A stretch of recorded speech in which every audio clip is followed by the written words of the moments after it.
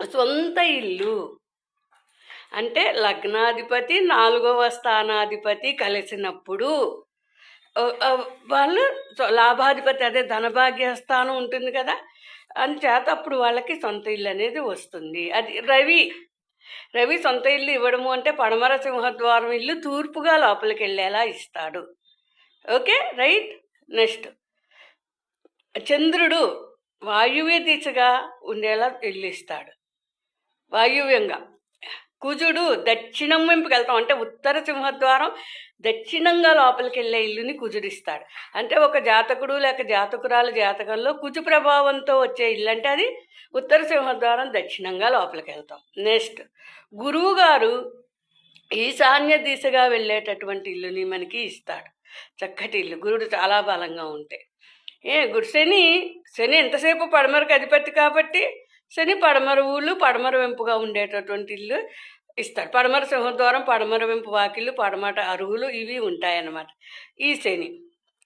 శుక్రుడు ఆగ్నేయ దిశగా ఇల్లునిస్తూ ఉంటాడు, తూర్పు దక్షిణంలో ఆగ్నేయ దిశగా ఇల్లు శుక్రుడు వల్ల వస్తుందన్నమాట. రాహుకేతువులు ఛాయాగ్రహాలు కాబట్టి ఈ రాహుకేతువులు కేతు కంజంక్షన్తో ఇల్లు అనేటప్పటికి దక్షిణం అవుతుంది, రాహుతో కంజంక్షన్ అనేప్పటికీ నైరుతి అలా వెళ్తుందన్నమాట. ఈ విధంగా చక్కటి ఇల్లు, పెద్ద ఇల్లు ఇస్తారా, ఫర్నిచర్ ఉంటుందా, సౌకర్యాలు ఉంటాయా అంటే ఈ ఇంటికి సంబంధించిన గృహస్థానాధిపతి అత్యున్నత రాశిలో ఉన్నాడా, మిత్రరాశిలో ఉన్నాడా, శత్రురాశిలో ఉన్నాడా, నీచపట్టాడా, ఈ 4 పాయింట్లు పట్టుకోవాలి గట్టిగా జాతకం చూసి. ఇదే రాశి చక్రంలో ఉన్న గ్రహం అలా ఉన్నప్పుడు అంశచక్రంలో కూడా ఇదే స్థానాన్ని పరిశీలించుకోవాలి.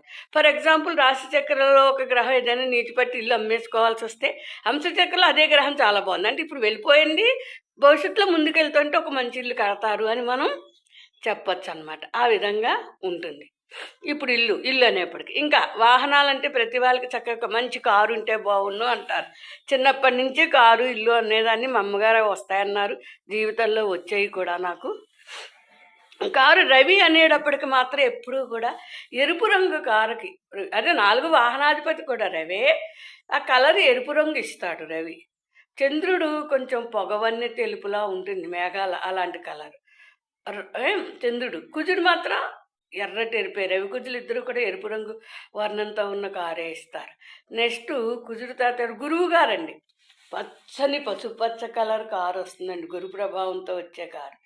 నెక్స్ట్ శుక్రుడు తెల్లని కారు ఇస్తాడు, అర్థమైందా. శని నీలము లేక ఆకుపచ్చ రంగు కారు ఇచ్చేది శని. మరి బుధ ప్రభావం వాహనాధిపతి వైపు బాగుంటే ఎలా ఉంటుందంటే ఆకుపచ్చ కలర్ కారు వస్తుందంట, గ్రీన్ కలర్ కారు కొంటాడు ఆ ఉద్యోగి అని మనం చెప్పచ్చు. ఇలాగే ఇది ఈ కారు కలర్స్.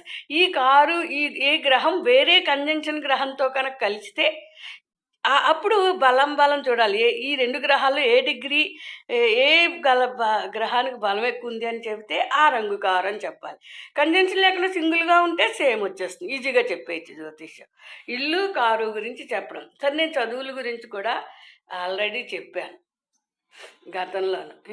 ఇదొక మంచి వృత్తి, వేదము జ్యోతిష్యము అంత మంచి వృత్తి ప్రపంచంలో అన్నీ చెప్పుకోవచ్చు, ప్రతీదీ తెలుస్తుంది. ఎంతో సునిశ్చిత బుద్ధి, ఎంతో విజ్ఞానము, ట్రస్ట్ ఆఫ్ నాలెడ్జ్, ఇంట్రెస్ట్, చక్కగా చదవడం, అది వాస్తవ చక్రానికి అప్లై చేయడం కూడా ఉంది. అలాగే ఫార్మిస్ట్రీ, ఎస్ట్రాలజీ, ఫార్మిస్ట్రీ 2 కూడా ఒకదానికొకటి ఇంటర్లింక్డ్గా ఉంటాయన్నమాట. అలా చెప్తాం అనమాట. నువ్వు విదేశాలకు వెళ్తావు, చెప్పంగా నిన్ను విదేశీయాను, ఏ గ్రహ ప్రభావం చేత ఏ దేశాలకు వెళ్తారన్నది కూడా నేను మీకు చెప్పాను. అలా నెక్స్ట్ ఇంకోసారి చెప్దాం. మరి ప్రస్తుతం ఇంకోటి ఏం చెప్పాలంటే మమ్మల్ని ఎవరు బాగా చూస్తారు అని అడుగుతారు సాధారణంగా. వృద్ధులు 5-10 మంది పిల్లలు ఉంటాయి. అప్పుడు లగ్నాధిపతితో పాటు పంచమ స్థానాధిపతి తీసుకోవాలి. పంచమ స్థానాధిపతి ఎక్కువ గ్రహాలతో ఉంటే వాళ్ళకి ఆడపిల్లలు మగపిల్లలు ఎక్కువ ఉంటారు. ఈ లగ్న పంచమాధిపతి అడిగిన ప్రశ్న జాతకుడు లేక జాతకురాలి జన్మరాశి జన్మలగ్నానికి మిత్రులా శత్రువులా లేక నీచపట్టారా అన్నదాన్ని బట్టి వాళ్ళు చూస్తారు.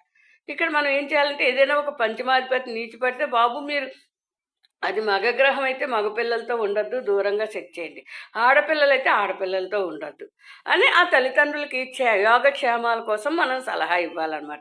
ఎప్పుడు కూడా ఎక్కువ శత్రురాశి నీచపట్టిన గ్రహాల వల్ల మాత్రం తట్టుకోలేని తీవ్ర వ్యతిరేకతలు వస్తాయి. అత్యున్నత రాశి ఉన్న గ్రహాల వల్ల విపరీత అదృష్టాలు, ధనలాభాలు, కీర్తి, సన్మానాలు అవి జరుగుతూ ఉంటాయి. అలా ఉంటాయంట. ప్రతి మనిషి జీవితంలో అన్నీ ఉంటాయి. ఈ జ్యోతిష్యం అనేది చాలా ప్రోత్సహిస్తున్నందుకు నాకెంతో ఆనందం ఈ యూట్యూబ్ ద్వారా చెప్పడం.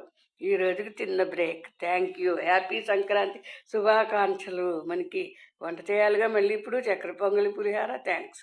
చేసుకు తిన్న